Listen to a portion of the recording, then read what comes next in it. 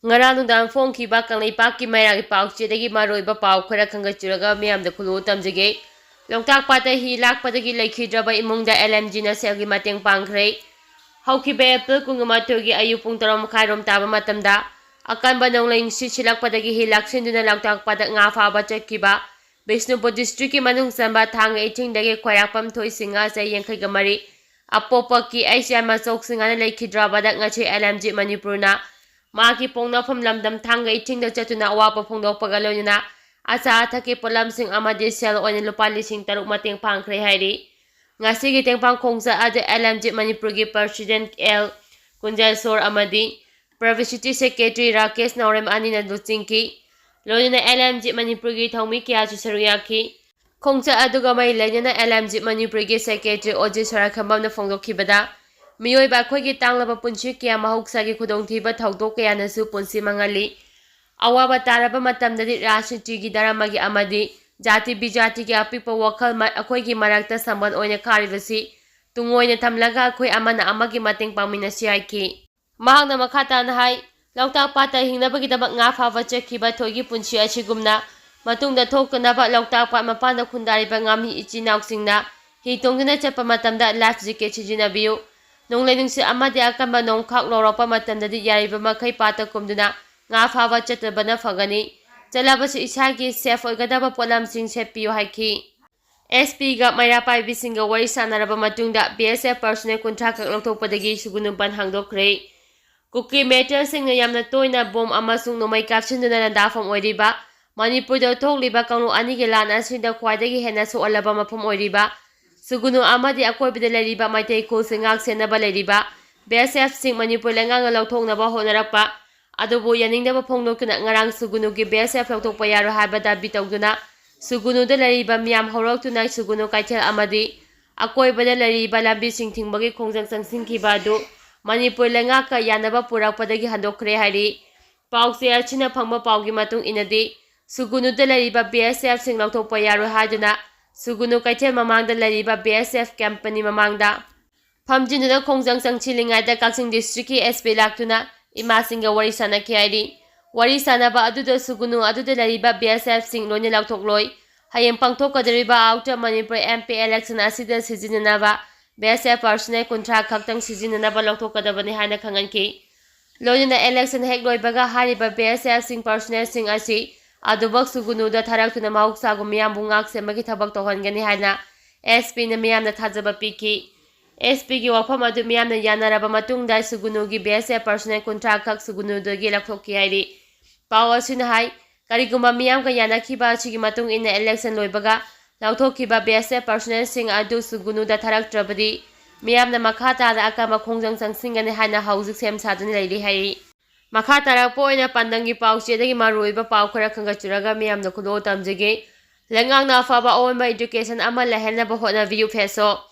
Manipur lengang na school faganchi haiba pandamna yingshiliba amadi honariba sing achi Manipur lengang na khangalaba school sa adu khaktara haina Federation Student Organization Kangleiwa Fexo na hanglakpaga loinana lengang na afaba oinba education ama lehelnaba hotnabiyu haiba wafam thamakli Lobachigi Privacy Secretary T Chadanana Tadoropa Jara Amada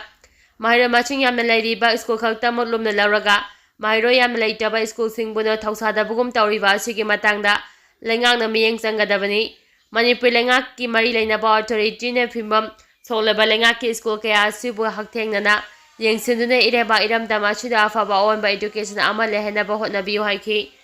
Jiro Asina Maka Taraduna Fesoke Education Amaji Library Secretary Y Sumantana Luchingwa Team Amana Bishnupur District ki manung sana leiba Onam Government High School da service at luba matanda Pibam sadaba kaya ama thengnaraki School asigi headmistress in charge on lairamba ozana Manipur ki education phagathanse harabadi mahiro yamna leiba lengaki school khaktama lumna logbiganu haiba wafam thamlakli hairi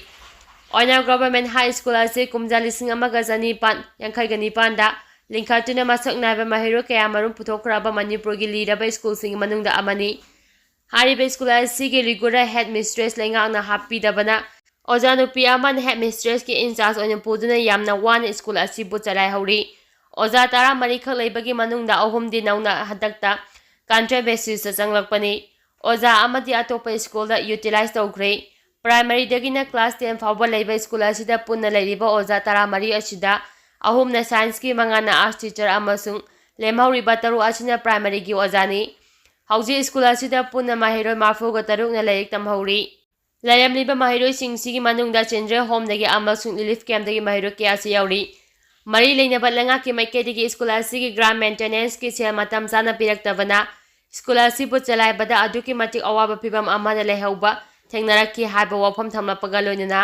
Manipur लेंगाकी May लेनबा ऑथोरिटीना असिगुमलबा फिबम सोक्लबा लेंगाकी school कयासिंग असिबु हाक्थेंगना यिंगचिंदुना एलेबा इरमदम असिदा अफबा अवोनबा education अमा लेहनबा होनाबियु हाइना Manipur लेंगाकी पुंगनिंग चिंगचिलक्ली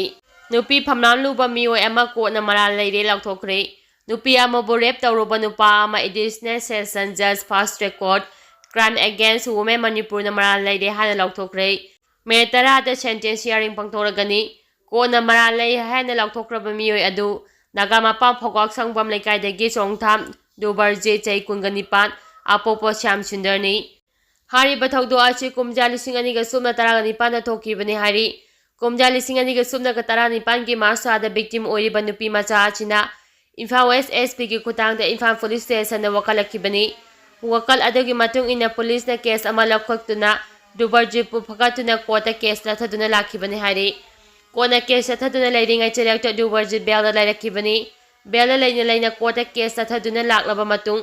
additional session जज fast track court crime against women Manipur ना कुमजा 2019 दुबरजि की मथक्ता Indian panel code section 376 अमसुंग 417 की मखादा charge frame तौखिबनी हारि additional session जज fast track court crime against women Manipur ना दुबरजि की मथक्ता charge frame तौरबा मतुंग मखाताना case लथदुना लाखिबनी हारि केस लथदुना लाक्लबा मतुंग कोर्टना दुबरजि मराल लेरे हाना लौथोखिबनी मरागी मतुंग इना दुबरजिना फंगदबा चेरा अदु चाही असिगी मे थागी 10 लौथोरगनी हारि थोंग थुगाइरंबा सिंचायक पिद्रबदी खोंजंग चंगसिलगनी AITUC इम्फाल दिमापुर लंबी की थोंग थुगाइरंबा सिंफादुना मतिक चाबा चेराक पिगदबनी करिगुंबा लेंगांग थौदो असिगी मतांगदा चप चाबा थबक लौखत्रबदी ड्राइवर सिंग अमा सिंग CSO सिंग लोइना अकम खोंजंग चंगसिलगनी हाइना all India truck union congress AITUC Manipur state committee ने थदोरक चेरो अमना फोंदोरकली चेरो असिदा मणिपुर मियाम की मरु एबा लाइफलाइन अनि इम्फाल जिरिबम अमसुंग इम्फाल दिमापुर लंबी अनि असिदा लमदम असिगी मियाम की दमक चंगद्रबा याद्रबा पोलमसिंग पोतोपुसिन तौरिबा गाड़ी ड्राइवर अमादि हैंडलमैन सिंगदा ततना लारूप सिंग की मियोय सिंग अमसुंग का हेमा मियोय सिंगना नोंमै ओतुना फुबा चैबा की हेंबा हापा टुपा नामदुना पुबा थांबा ngamloidaba सेंखाय थुंखाय तौदुना लाक्ली मासिमा का हेंबा थाओंगनी